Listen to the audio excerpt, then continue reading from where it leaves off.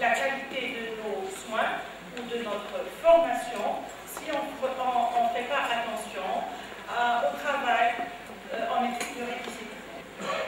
Bien sûr, comme tout travail, il y a des objectifs derrière cette communication. Le premier, c'est de comprendre la nécessité et l'intérêt du travail en équipe pluridisciplinaire. Le deuxième objectif, c'est de participer à la réalisation d'un objectif commun. Et enfin, le troisième, c'est de mettre en œuvre de nouveaux comportements. Dans l'approche pluridisciplinaire, plusieurs disciplines sont convoquées. Différents éclairages sont apportés. Dans l'approche pluridisciplinaire, plusieurs disciplines sont convoquées. Différents éclairages sont apportés. Il y a complémentarité, il n'y a pas croisement ou implication des savoirs ou méthodes. L'approche interdisciplinaire suppose dialogue et échange de connaissances, d'analyse, de méthodes entre deux ou plusieurs disciplines. Il y a des interactions et enrichissements mutuels entre plusieurs spécialistes. Pour bien avancer, il faut parler le même langage. On commencera par la définition du mot équipe. Donc, l'origine du terme équipe ou équipa provient du vieux français esquip qui désignait une suite de bateaux attachés les uns à la suite des autres et tirés par des hommes comme des bateliers de la Volga. Des bateaux, quand ils sont dans un port, ils sont pour deux destinations générales. Soit des chalutiers qui ramènent du poisson, ou bien soit des passagers qui vont transporter les gens. Donc, quand on est dans une équipe, c'est pour avoir un travail commun, c'est pour avoir un but commun. Ce qu'il faut retenir, c'est que de cette étymologie, c'est qu'il y a dans cette idée un lien, un but commun, une organisation dont le dynamisme vient autant de la tête que de l'ensemble.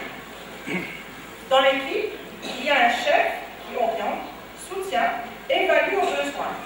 Mais il y a aussi les membres qui, par leur énergie, leur idée coopèrent à faire de l'équipe un lieu de travail fonctionnel, efficace. C'est surtout ça qu'on cherche à travers ces approches. L'efficacité. Tous sont responsables de ce qui se fait et du climat qui court dans le groupe.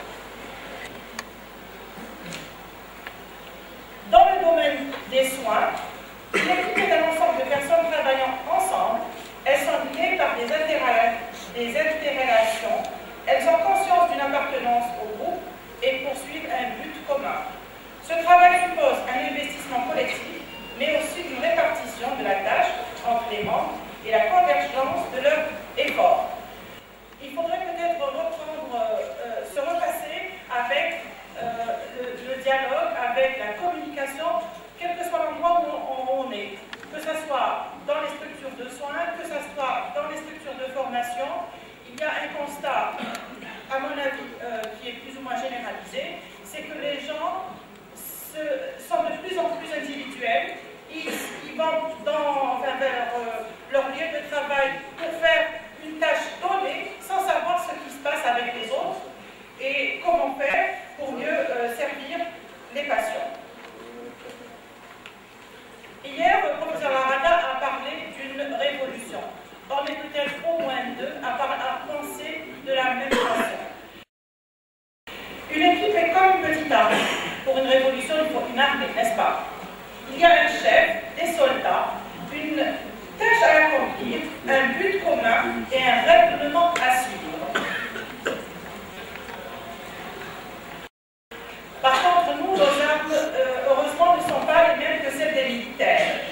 Mais la discipline, la solidarité doivent aussi se retrouver dans une équipe de soins.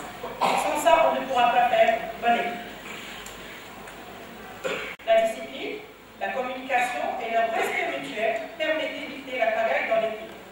Ce sont les paramètres qui sont en voie de disparition.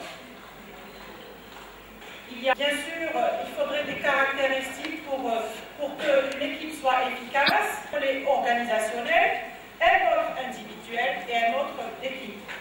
Bien sûr, il faut des structures organisationnelles avec un objectif clair, une culture appropriée, une tâche précise.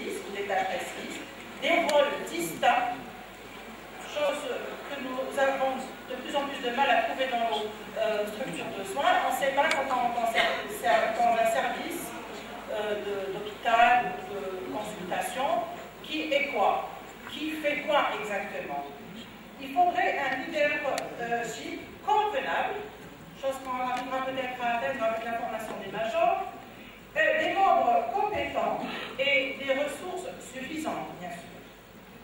De la part de la contribution individuelle, il faudrait des connaissances de soi, chose qu'on a essayé de faire de notre part, nous, formatrices de sage-femme. Dans le nouveau programme, on a mis l'accent sur l'aspect psychosocial, pardon. On a enrichi le programme de façon à ce que cela soit mieux maîtrisé. Il faudrait bien sûr une confiance, un engagement et une souplesse de la part de chacun.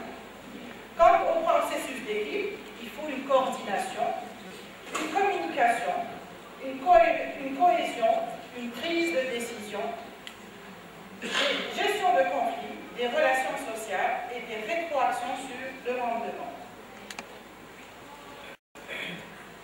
Les compétences d'une équipe pluridisciplinaire sont d'abord un leadership d'équipe. Il faut un chef d'orchestre. Un chef d'orchestre qui aurait reçu une formation pour cela. Un accompagnement est indispensable. N'est pas surveillant médical qui veut l'être, mais qui doit l'être, ou major, dorénavant. Il faudrait une surveillance réciproque du rendement. Il faudrait un comportement de soutien, une adaptabilité, une communication en boucle fermée. S'il y a un problème dans un lieu donné, la première chose à faire, c'est de discuter entre membres d'équipe, au lieu d'aller plus loin pour régler le problème. Et bien sûr, une confiance mutuelle. Tout ça va donner une supériorité du travail d'équipe. La présence d'autres personnes incite généralement à l'effort. Il y a un effet d'entraînement. Quand on sait qu'on est plus ou moins évalué par nos collègues, nos supérieurs, on est obligé de faire plus d'efforts et de faire plus attention à ce qu'on fait. Les échanges dans le groupe permettent la comparaison, la confrontation et l'évolution des idées et des méthodes. L'efficacité de la critique positive est aidante. La résolution de problèmes est supérieure dans un groupe. Quand on traite ensemble un problème, on trouve sûrement plus de solutions et de meilleures solutions. Plusieurs têtes valent mieux qu'une. La pression du groupe fait que chacun donne le meilleur de lui-même. La collaboration permet à tous les individus de fonctionner malgré certaines limites. Et le statut égalitaire de tout et les décisions précises de manière démocratique, sans cause de bonne entente. Les bonnes pratiques du travail en équipe, c'est se donner des objectifs et des orientations claires, avec les niveaux d'exigence définis, clarifier les rôles et responsabilités de chacun au sein de l'équipe, entretenir des communications chaleureuses et fonctionnelles dans l'équipe, maintenir la coopération et le soutien mutuel, permettre la créativité, l'expression des opinions et les suggestions de tous. Le C du travail en équipe, bien sûr, pour qu'on puisse travailler dans de bonnes conditions, il faut un contexte. Si on n'a pas un contexte nécessaire, on ne pourra pas travailler en équipe. Des compétences de chacun, des contacts chaleureux et fonctionnels, des connaissances et compréhension de l'autre, collaboration entre les membres, contrôle du travail exécuté, coordination des efforts, circulation des idées et suggestions et la créativité. Sans ça, on ne pourra que rencontrer des équipes dysfonctionnelles où il faut surveiller des dysfonctionnements sérieux parce que les équipes dysfonctionnelles sont énergivores et constituent un beau terreau pour les conflits. Elles possèdent certaines caractéristiques. Elles nous font perdre de l'énergie pour rien. L'énergie des participants est orientée vers le contrôle, vers les émotions, les affrontements plutôt que vers le travail et les maladies. On va se mettre à se surveiller les uns les autres, au lieu de s'occuper plus du patient qui est le centre de notre intérêt. L'individualisme est courant, le mot d'ordre est chacun pour soi, la compétition et l'esprit défensif sont souvent féroces.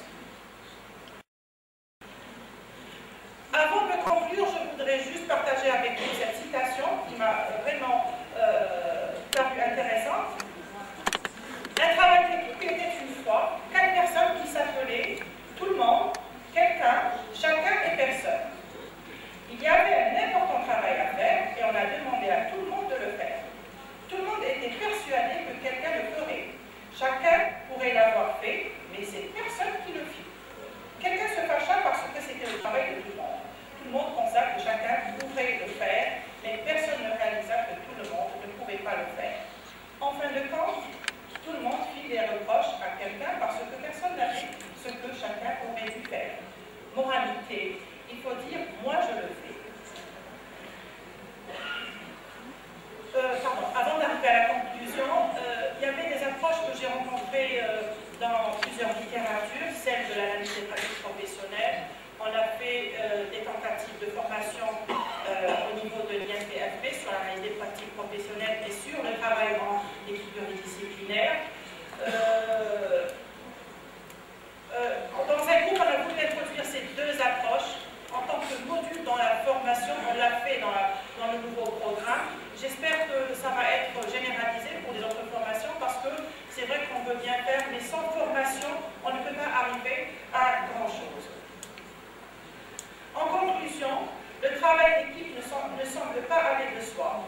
Il ne peut donc s'improviser. La notion de frontière, d'identité professionnelle, de reconnaissance du travail de l'autre sont à prendre en compte. Ces dimensions se présentent dans des espaces à négocier. Sur ce chemin difficile, il est bon de ne pas être seul. L'équipe pluridisciplinaire et l'analyse des pratiques sont des outils intéressants en ce sens qu'elles permettent de prendre de la distance, favorisant ainsi